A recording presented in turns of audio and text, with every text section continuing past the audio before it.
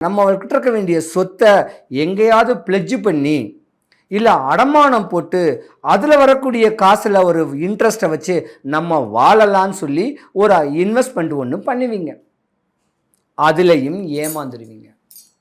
ஏன்னா அப்படியாப்பட்ட ஒரு நேரம் உங்கள் ஜாதகத்தில் ஒரு 40-45 வயசு வரைக்கும் வரும். அதுக்கப்புறம் தான் குழந்தைங்களை படிக்க வைக்கக்கூடிய படிப்புக்கும் அதுக்குமே செலவு பண்ணக்கூடிய தருணமும் இந்த மிதுன ராசிக்காரங்க இருப்பாங்க. உழைச்சிக்கிட்டே இருக்கணும், சம்பாதிக்கணும், இந்த கடன் அடைக்கணும். இதுதான் உங்கள் வாழ்க்கையோடைய இன்னலாகவே இருக்கக்கூடிய தருணமும் மிதுன ராசிக்கு இத்தனை வருட காலமாக இருந்திருக்கும்.